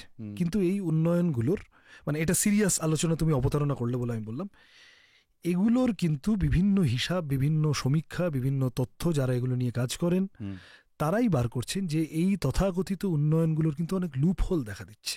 যদি কন্যাশ্রী অতই সফল প্রজেক্ট হবে, তাহলে নাবালিকা বিবাহে গোটা দেশের মধ্যে পোস্ট কোভিড সিচুয়েশনে 2 নম্বরে চলে গেল কেন পশ্চিমবঙ্গ? যদি নারীদের ক্ষমতায়নের প্রশ্নে এই যা সামাজিক প্রকল্প চলছে সেটা যদি খুব মনোযোগী হতো, তুমি লক্ষ্মীর ভাণ্ডারটা দেখছো, ওরা প্রচার করছে, কিন্তু লক্ষ্মীদেরকে আসলে পিছনে ফেলে দেওয়ার জন্য মহিলা পঞ্চায়েত প্রধান যারা হচ্ছেন তাদের স্বামীদের জন্য আলাদা করে পদ তৈরি করে দিচ্ছে তৃণমূল, কারণ মহিলাটির উপরে ভরসা নেই। ইট is the husband who will control. কিন্তু আজকের বাজারে ঠিক না ভুলটা অন্য বিষয়, 500 টাকাটা 1000 টাকা হয়ে যাওয়া গ্রামের দিকে খুব ভালো। আমি ভালো খারাপের প্রশ্ন বলছি না, আমি রাজনৈতিক প্রশ্নে বলছি। অন্য কোনো অপোনেন্টের পক্ষে সেটাকে লড়াই করা, সেটা নিয়ে আমি তোমায় আমার অভিজ্ঞতা বলবো। ঠিক 1000 টাকা হয়ে যাচ্ছে, কোর তৃণমূল সমর্থক ছাড়া এই 1000 টাকা হয়ে যাওয়ায় বাড়তি উচ্ছ্বাস নেই। ঠিক 1000 টাকা হয়েছে, খানিকটা রিলিফ পেয়েছেন এই অবধি। কিন্তু মহিলারা ডেকে ডেকে আমাকে বলছেন, আমাদের প্রচারে বেরিয়ে বলছেন যে আচ্ছা ওটা তো বুঝলাম হয়েছে, ঠিক আছে, একরকম জিনিসের দামটা তো বাবা কমাতে হবে, তুমি সেইটা বলবে তো। আমরা তোমরা ক্ষমতা থাকলেও বলতে কেন্দ্রের বিরুদ্ধে না বলতাম তো, এবং সত্যিই তো কুণালদা, তুমি দেখো খুব ছোট মানে পেট্রোল, ডিজেল, রান্নার গ্যাস, এই 3টা এটা নয়, তাও মাঝে মধ্যে কালে ভদ্রে আলোচনায় আসে। মূলত টিভিতে আজকাল কুণাল ঘোষের কান্না, সৌগত রায়ের সুইমিং পুলে সাঁতার, দিলীপ ঘোষের গরুর দুধে সোনা খুঁজে পাওয়া, মুকুটমণি অধিকারী এবং তার স্ত্রীর 2 পার্টিতে চলে যাওয়া, এই সব বেশি আলোচনা হয়। তুমি যখন টেলিভিশনে ছিলে তোমাকে ওই সব যেগুলো খবর হওয়ার কথা না, ঠিকই, কিন্তু আমাদের গোটা দেশের মিডিয়ার এটা চেহারা। ফলত লাইভলিহুড ইস্যুস, আমি তোমায় খুব ছোট মানে বলি, ধরো মোবাইল রিচার্জের টাকা, স্মার্টফোন তো তোমার আমার নেসেসিটি হয়ে গেছে প্রায় আমাদের একটা বড় অংশের, উত্তরোত্তর বাড়ছে তো। দুধের প্যাকেট, এখানেই ব্যাপারটা ঘুরে আসে। দেখো, আমি পয়েন্টটাকে এভাবে মেলাতে চাই, আজকে যখন এই ইস্যুগুলো ধরে নিলাম, ঠিকই বলছো, এটা তো সেন্ট্রালের দিকেও যাচ্ছে কিছুটা, কারণ এই গোটা বিষয়টা বদলাতে গেলে কেন্দ্রে বদল দরকার, তাই তো? কিন্তু সেই আবার ঘুরে দেখো ওই প্রশ্নটায় আসে, সুযোগ কিন্তু সেখানে ছিল, সেই সুযোগটা ছিল, সেই সুযোগের ক্ষেত্রেও কিন্তু সদ্ব্যবহার হয়নি, ছিল, নেওয়া হয়নি, ভবিষ্যতে সুযোগ পেলে নেওয়া হবে। এই জায়গাটাই আজকে বদলের কথা তুমি বলছো যে এইটা ভুল ছিল, তার মানে এটা তুমি স্বীকার করো যে তাহলে সেন্ট্রালে আমি যদি মন্ত্রিত্ব না নিই তাহলে এগুলো বদলাবো কি করে, তাহলে বিরোধিতা করাই যদি আমার একমাত্র কাজ হয়। সেই সময়ের সিচুয়েশনে আমি ভুল শব্দটা বলবো না এই কারণে, যদিও জ্যোতি বসুর ওই শব্দবন্ধটি, কিন্তু সেই সময়ের সিচুয়েশনে আমাদের পার্টি তো একটা কালেকটিভ লিডারশিপে চলে, সবাই মিলে মনে করেছিল যে না আমরা গেলাম না, সেটা আমাদের পার্টি পরে আবার তীব্র বিতর্ক শেষে এটা রেকটিফাই, আমি কারণ একটু আগে তোমায় বললাম যে আমরা খাতায় কলমে করে নিয়েছি যে ভবিষ্যতে কোনো দিন এরকম সুযোগ পেলে আমরা যাব। ফলত মানে মানে কি বলবো, all I হামলি can request is যে 1996 বা 1998 বা 2001 কোনো একটি বিতর্ককে কেন্দ্র করে 2024 সালে সিপিএমকে ভোট দেব না, কারণ ওরা এই করেছিল, এইটা বোধহয় সিপিএমের উপর একটু বাড়তি মানে অন্যায্য বোঝা চাপানো হবে। তৃণমূল এই ধরনের বা আচ্ছা মানে আমি ধরো সিপিএমের এই ভুলগুলো তো আমি আমি ও ও ও ও অধম বলে আমি উত্তম হইব না এই কথা বলছি না, কিন্তু আমার যেটা অবাক লাগে দাদা সেটা হচ্ছে যে মমতা ব্যানার্জিকে কেউ গিয়ে এই প্রশ্নগুলো করে না যে আপনি দপ্তরবিহীন মন্ত্রী হয়ে বাজপেয়ী সরকারে ছিলেন, আজকে আপনি বিজেপির সাথে বিরোধিতার কথা বলছেন। এই কালকে না পরশু অভিষেক ব্যানার্জি বলেছে যে আমি সিএ এর বিরুদ্ধে।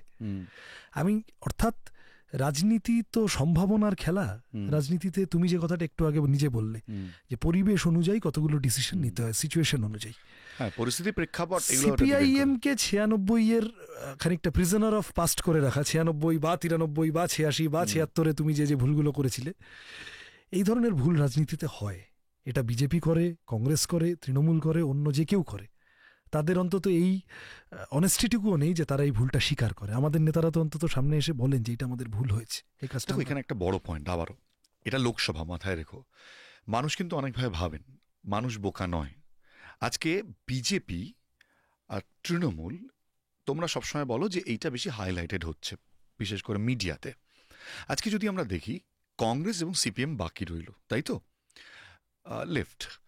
আজকে ধরো ইন্ডিয়া জোটে তোমরা মমতার পাশে দাঁড়াচ্ছ, কংগ্রেসও দাঁড়াচ্ছে। আবার আমরা দেখতে পাচ্ছি যে লোকসভা, এখানে যদি বিধানসভা বাই ইলেকশন হয় ভবানীপুরে, সেখানে তৃণমূলকে সাপোর্ট করছে কংগ্রেস। এই কংগ্রেসই আবার লেফটের সঙ্গে সেই বিধানসভাতেই জোট করেছিল। কিন্তু বিজেপি অ্যান্ড তৃণমূল এরা কিন্তু এই মুহূর্তে দাঁড়িয়ে রাজনৈতিকভাবে কোথাও এক হচ্ছে না। মানুষের কাছে কিন্তু স্পষ্ট বার্তা যাচ্ছে, তুমি হয়তো ওই সময়ের এনডিএর কথা বলতে পারো, তাহলে তো তারা আজকে অনেক কথাই বলা যাবে, সেটা নয়। আমি বর্তমান প্রেক্ষিতে বলছি, আমি গতকালের কথা বলবো। হ্যাঁ, আমি গতকালের কথা বলি বা আজকে ডেট দাঁড়িয়ে কথা বলছি, মানে গতকাল ইন দ্য সেন্স আমি লিটারালি গতকালের কথা ঘটেছে সেটা বলবে। তো এইটা কি তোমার মনে হয় যে একটা সেন্ট্রাল পলিটিক্সের ক্ষেত্রে আজকে তোমরা এখানে বিরোধিতা করছো, কেন্দ্রে গিয়ে দেখাচ্ছে আবার জোটের গল্প বলছো, এই ফ্যাক্টরটা কোথাও সামনে আসে? আমি তোমাকে বলছি না অবশ্যই, কিন্তু আমার খানিকটা যাই হোক অভিমান অনুযোগ যাই বল, এই প্রশ্নটা আমাদের লোকে যত করে, মিডিয়ার বন্ধুরা যত করেন, এই প্রশ্নটা তৃণমূলকে ততটা করা হয় না। তৃণমূলকে গিয়ে কোনো সাংবাদিক প্রশ্ন করে না যে আচ্ছা আপনারা সিপিএম এর সাথে জোটে গেলেন কেন, আমাদের এসে প্রশ্ন করবে কেন? যেদিন আমাদের নেতা জ্যোতি বসু বিজেপিকে, বাজপেয়ীকে দলকে অসভ্য বর্বর বলেছিলেন, নির্দিষ্ট ওই মসজিদ ভাঙা ইত্যাদি সব কেন্দ্র করে, সেদিন তৃণমূল কংগ্রেসের জন্ম হয়নি। বিজেপির বিরুদ্ধে কোনো লড়াইতে বিজেপি আমাদের পার্টিকে, কমিউনিস্ট পার্টিকে 1 নম্বর শত্রু মনে করে আইডিওলজিক্যালি, আমরা কমিউনিস্টরা বিজেপিকে 1 নম্বর শত্রু মনে করি আইডিওলজিক্যালি। ফলত বিজেপির বিরুদ্ধে কোনো কংগ্লোমারেশন হলে, কোনো যদি এক জায়গায় আসা হয়, মঞ্চ তৈরি হয়, আমরা সেই মঞ্চের বরকর্তা, আমরা সেখানে থাকব। তৃণমূল ওখানে এসেছে, আমরা তৃণমূল এসেছে বলে আমরা বেরিয়ে যাব বিজেপি বিরোধী লড়াই থেকে, এর কোনো এটা অ্যাবসার্ড। আমরা থাকবো, it is the ideology and the ideals of left and to some extent Congress, এই দুটো পার্টি যেটা ইন্ডিয়া ব্লকের অল্টারনেটিভ পলিসি, অল্টারনেটিভ পলিটিক্সটাকে সামনে আনছে। এই যে ভারত জোড়ো যাত্রা করলো, কোন কথাগুলো সামনে নিয়ে আসার চেষ্টা করলো? আমাদের কথাগুলো, আমরা যে কথাগুলো বলছি, আমরা আমাদের লিমিটেড ক্যাপাসিটিতে যে এই আমাদের শক্তি অনুযায়ী গোটা দেশ জুড়ে যে কথাগুলো বলার চেষ্টা করছি, ইন্ডিয়া ব্লকের প্রতিটা মিটিংয়ে শেষে যে রেজলিউশন বেরোচ্ছে, সেখানে বেকারত্বকে অ্যাড্রেস করার কথা থাকছে, কৃষকের ফসলের দাম, এমএসপি, বা শান্তি সম্প্রীতি, এডুকেশন, হেলথ, এই কথাগুলো লেফটের কথা থাকছে।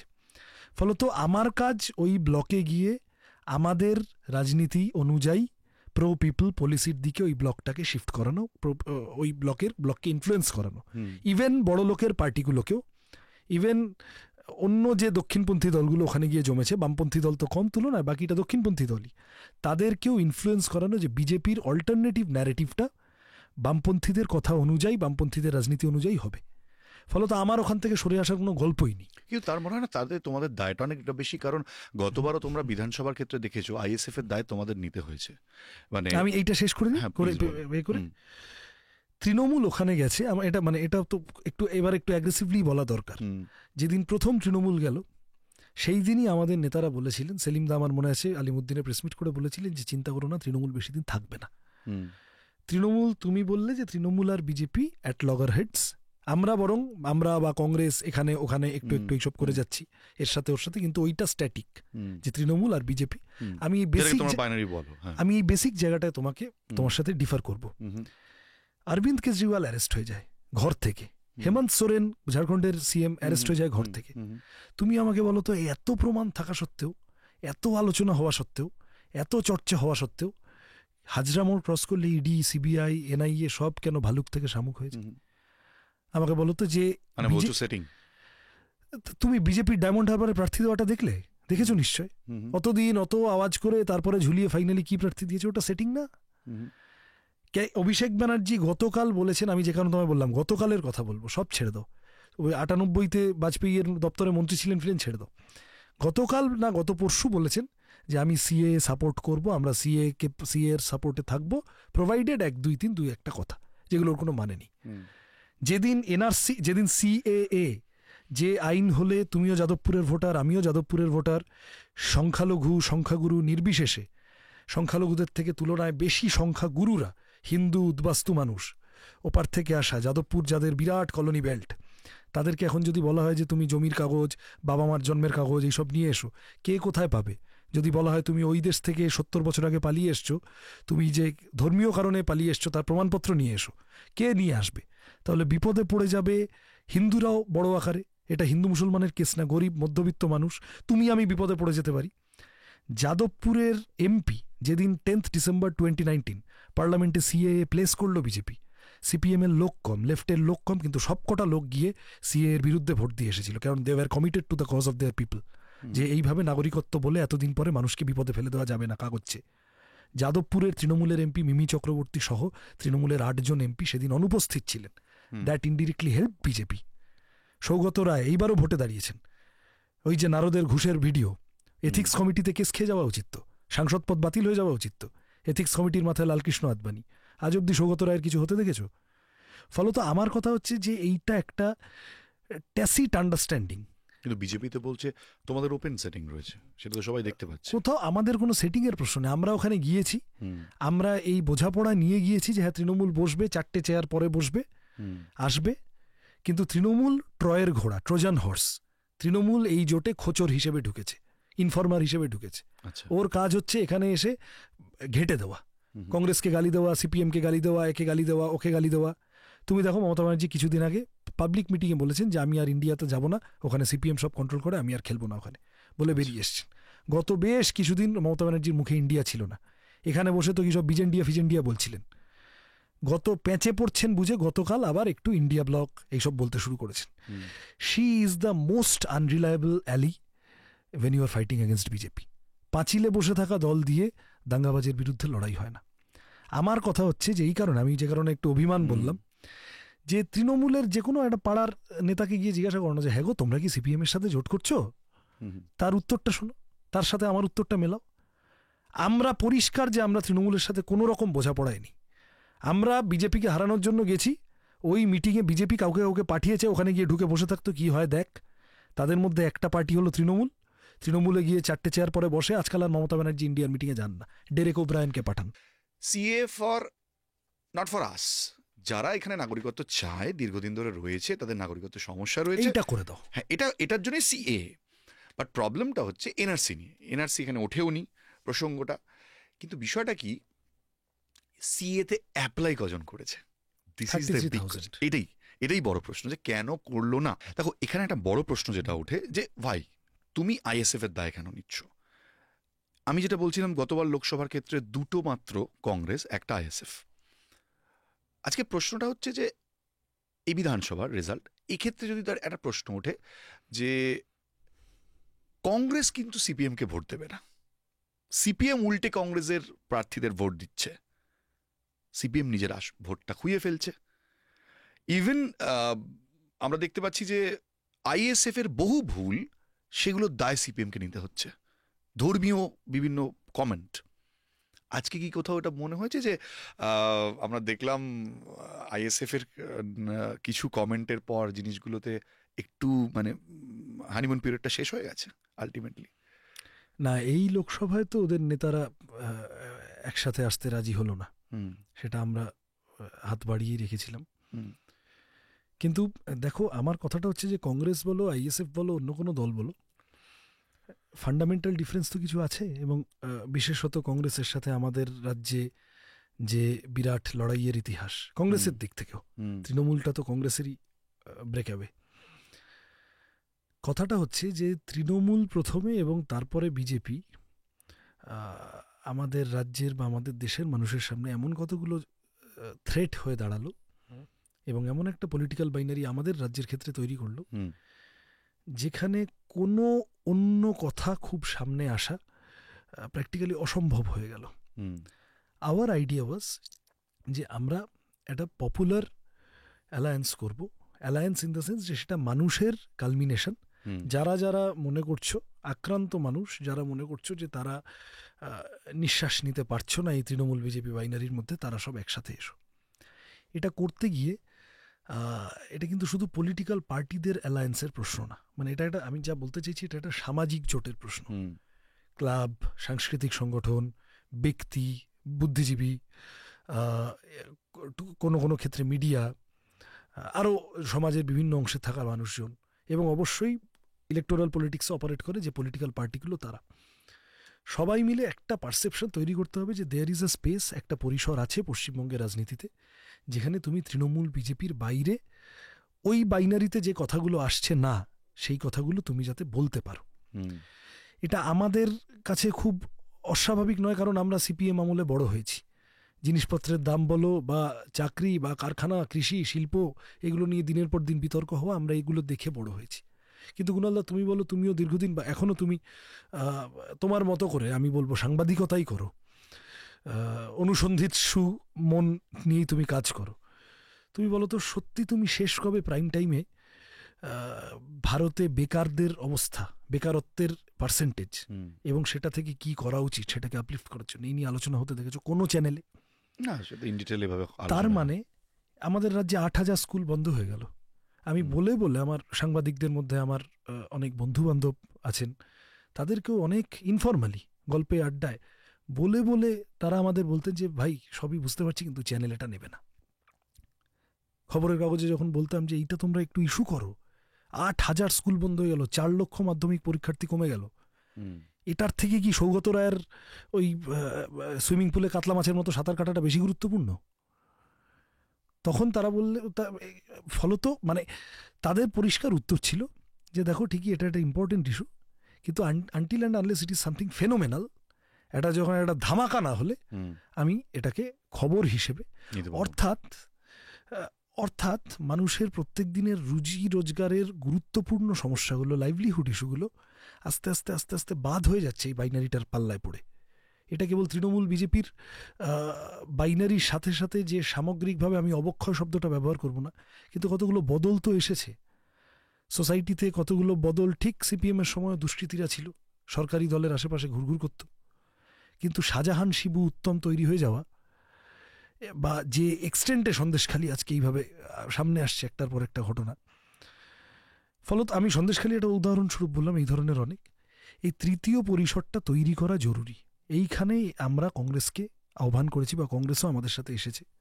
এখন এটা ঠিক যে ইলেকটোরাল পলিটিক্সে, আবার আমি যদি তোমায় উল্টে খানিকটা বলি যে 14 সালে মোদি আসার পরে তো একদম ভয়ানক মোদি ওয়েভ চলছিল গোটা দেশ জুড়ে।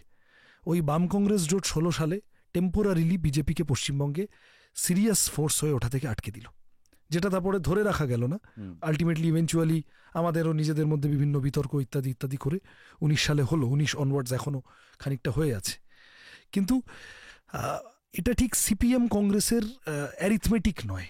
কিন্তু কোথাও এখানে একটা বড় প্রশ্ন ওঠে, ধরো এরকম একটা পরিস্থিতিতে, ধরো রাজনৈতিক কমেন্ট যেটা যখন ভোট বাজারে একটা ফ্যাক্টর হয়, তোমরা পুলওয়ামা নিয়েও প্রশ্ন তুলেছিলে, কোথাও কি মনে হয়? আমি তো শুধু প্রশ্ন তুলিনি, জম্মু কাশ্মীরের রাজ্যপাল সত্যপাল মালিক, তিনি পরে ভোটে দাঁড়াতে হচ্ছে না, সমস্যাটা এখানে। কিন্তু আমি যে প্রশ্নগুলো তুলেছিলাম সেগুলো আরো যদি সেই সময়ের কাশ্মীরের রাজ্যপাল যদি সেই প্রশ্ন তোলেন, who is not a Kashmiri, who is not a Hindu, who is not anything that false into the prototype BJP যেটাকে দাঁড় করাতে চায়, তাহলে তো সেই কথার যুক্তি আছে, বুঝতে হবে। কিন্তু মুশকিলটা কোথায়, আজকে ধরো সন্দেশখালিতে সেম ঘটনাই কিন্তু ঘটছে, যদি এদিক ওদিক করে দেখো একই ব্যাপার, কিন্তু সেখানেও কিন্তু বিজেপিরই কেউ আজকে স্টিং অপারেশনে এই ধরনের উত্তরে বলছে। সত্যপাল মালিক সেই সময় সেখানে রাজ্যপাল ছিলেন, কিন্তু ব্যাপারটা যেহেতু এর মধ্যে ওই ন্যাশনালিজমটা নেই, সেহেতু, কারণ এটা একটা ভোটের ফ্যাক্টর হচ্ছে, এটাকে তুমি অস্বীকার করতে পারো না। আজকে তোমার ভোটারকে তুমি তোমার মতন করে চালিত করতে পারো না। যদি সে একটা মাইন্ডসেটে থাকে, তখন কি মনে হয় যে আমার মতাদর্শ বা আমার বক্তব্য বা আমার যেটা মনে হচ্ছে সেটাই আলটিমেট, নাকি বিজেপি সেই জিনিসটাকে অনেক ধীরে সুস্থে খেলছে তোমাদের কথা মতো, যে ন্যাশনালিজম নিয়ে বেশি খেলছে, আজকে পুলওয়ামাকে ভোটের ময়দানে নামিয়ে দিয়েছে, মোদিজির জয় বলা হচ্ছে, কিন্তু সেটাকে তোমরা ডাইরেক্ট খেলছো, যে কারণ সেখানে অতগুলো সোলজারের প্রাণ গেছে, সেটা একটা ফ্যাক্টর তো বটেই। এবং আমার দেখো, মানে আমি তো আজ অব্দি একজনও বিজেপি নেতার ছেলেকে সিয়াচেনে গিয়ে দাঁড়াতে শুনিনি। মারা তো গেছে সাধারণ পরিবারের লোকজন।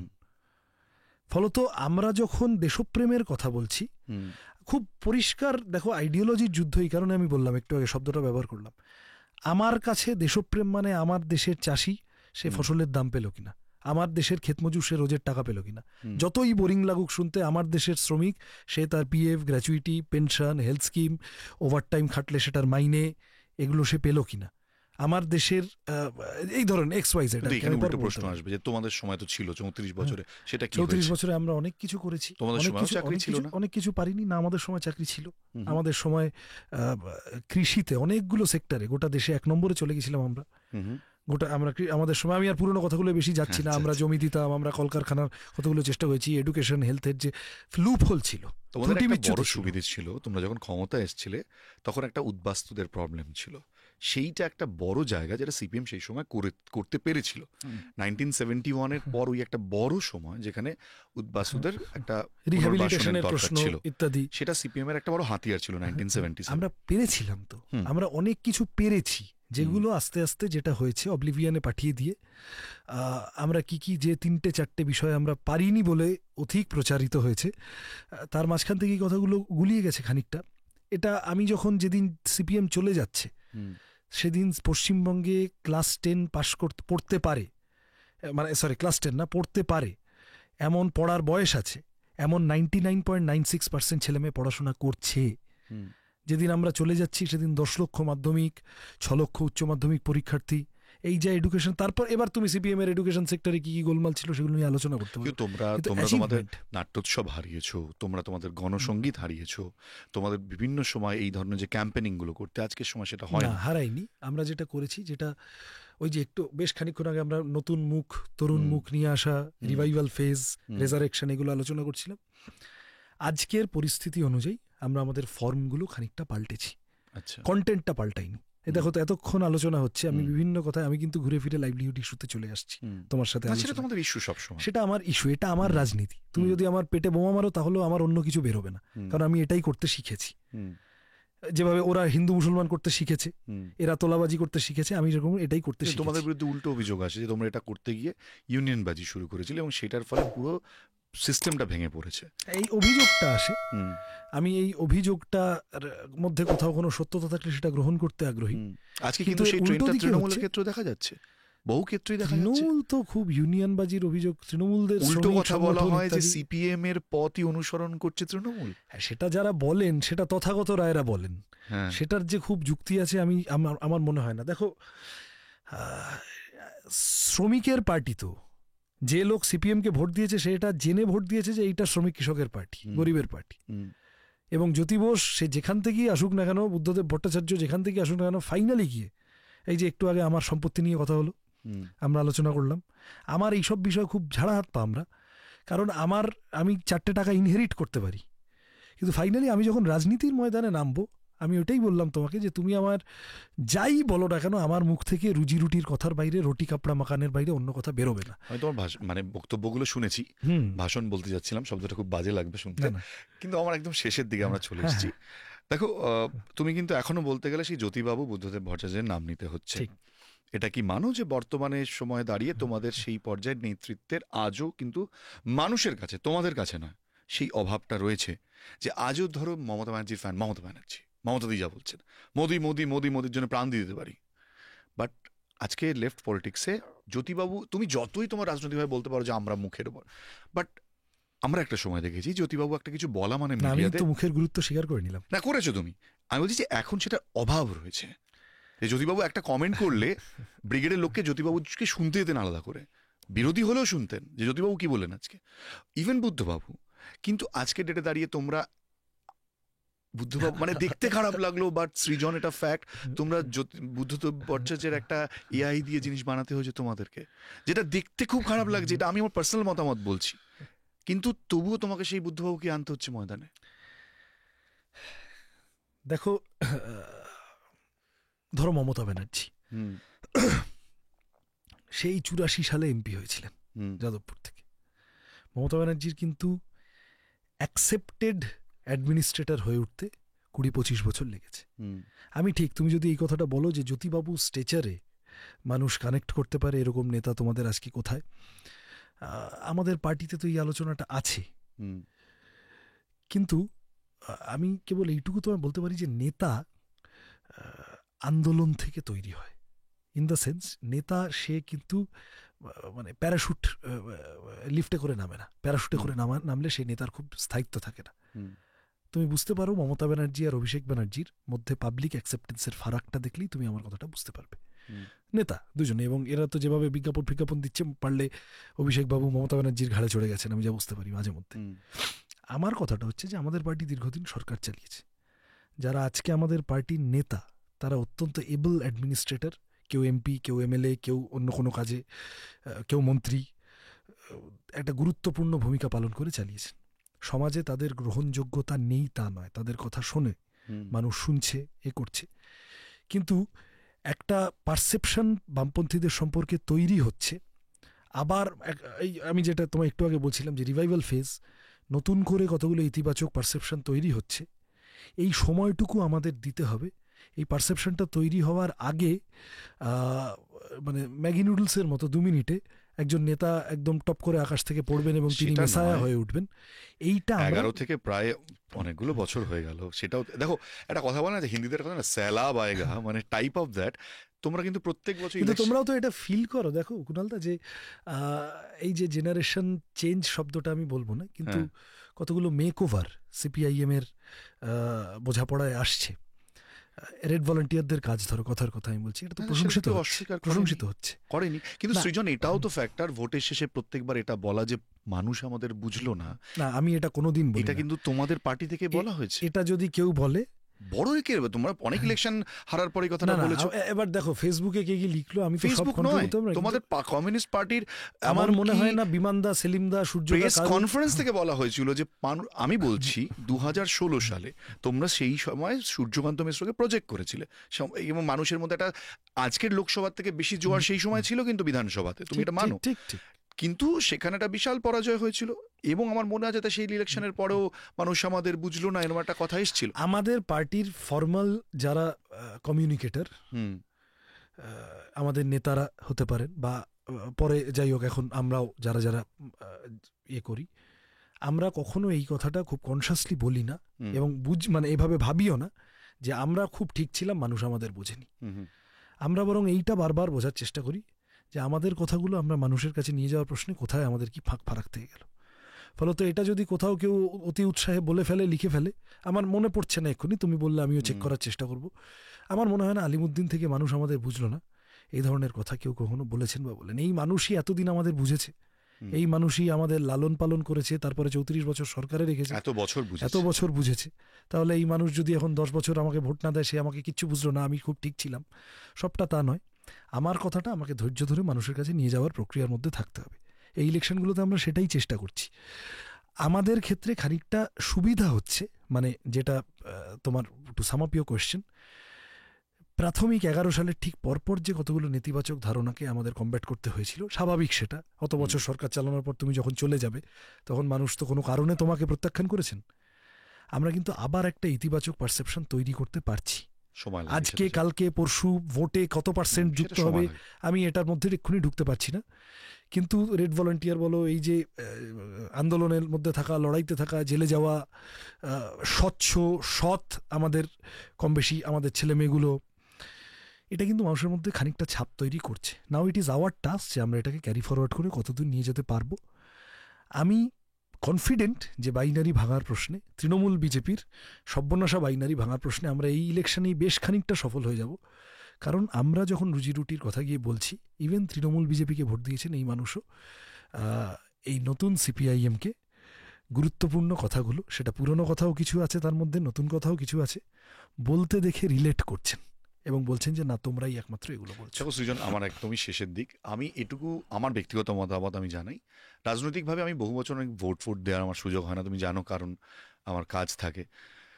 সেই কারণে আমার এবারে ভোটটা দিও, তুমি আমার ভোটার, আমি তোমার কাছে এবারও ভোট দিতে পারবো, আশীর্বাদ চেয়ে গেলাম।